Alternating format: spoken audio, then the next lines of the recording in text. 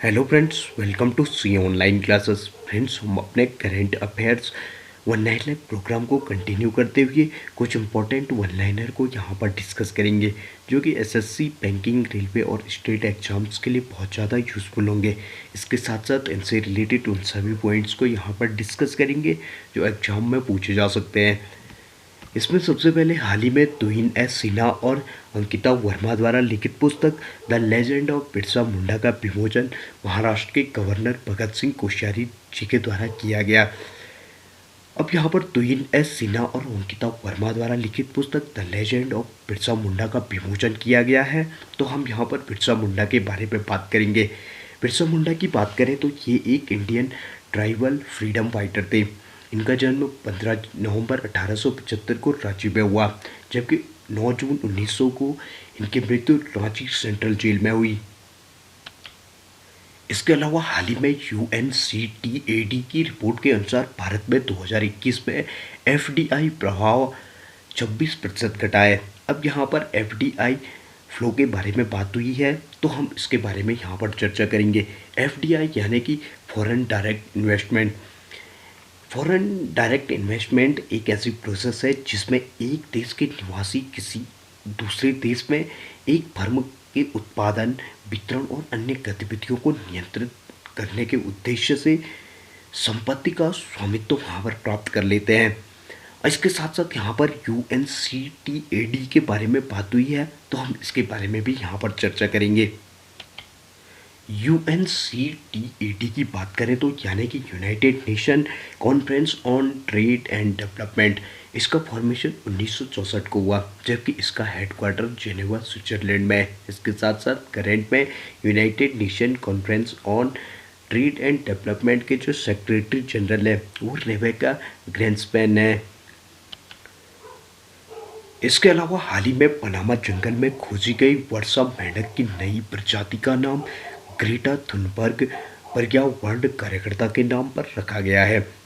इसके साथ साथ हाल ही में 19 जनवरी 2022 को मणिपुर ने 44वां कोक बोरोक दिवस मनाया है। अब यहाँ पर मणिपुर चर्चा में रहा, तो हम यहाँ पर मणिपुर के बारे में बात करेंगे। मणिपुर की बात करें तो इसकी कैपिटल इम्फाल है, जबकि यहाँ पर करंट में chief minister N Biren Singh और गवर्नर नागलेशन है। इसके अलावा मणिपुर की बात करें तो यहाँ पर विधानसभा की 60 सीटें, लोकसभा की 2 और राज्यसभा की 1 सीट है। इसके साथ साथ यहाँ पर प्रसिद्ध लोकटक झील भी एग्जिस्ट करती है। इसके अलावा हाल ही में 5 फरवरी 2022 को हैदराबाद में प्रधानमंत्री नरेंद्र मोदी जी रामानुजाचार्य की 216 फुट ऊंची प्रतिमा का अनावरण करेंगे। इसके साथ साथ हाल ही में यूएई के गृह मंत्रालय ने आतंकी हमलों को देखते हुए निजी ड्रोन एवं हल्के खेल विमानों की उड़ान पर रोक लगाने का निर्णय लिया है। अब यहाँ पर यूएई चर्चा में रहा, तो हम यहाँ पर यूएई के बारे में बात करेंगे। यूएई की बात करें तो इसकी कैपिटल अबू धाबी है, जबकि यहाँ पर करंट में प्रेसिडेंट खलीफा बिन जायद अल नहयान और पीएम मोहम्मद बिन रशीद हैं। इसके साथ साथ यूएई की करेंसी की बात करें तो यहाँ पर दिरहम करेंसी है। इसके अलावा हाल ही में bureau of outreach and communication के प्रधान महानिदेशक सत्येंद्र प्रकाश को राष्ट्रीय पुरस्कार के लिए चुना गया है। इसके साथ साथ हाल ही में मोहम्मद सलीम मसूर चित्रकार का स्वास्थ्य कारणों के चलते 83 वर्ष की उम्र में निधन हुआ है, जिसकी वजह से मोहम्मद सलीम हाल ही में चर्चा में रहे हैं।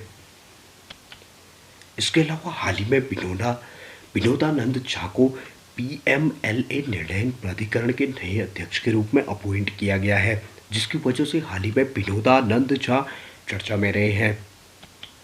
इसके अलावा हाल ही में विनोद शर्मा को सुभाष चंद्र बोस आपदा प्रबंधन पुरस्कार 2022 प्रदान किया गया है।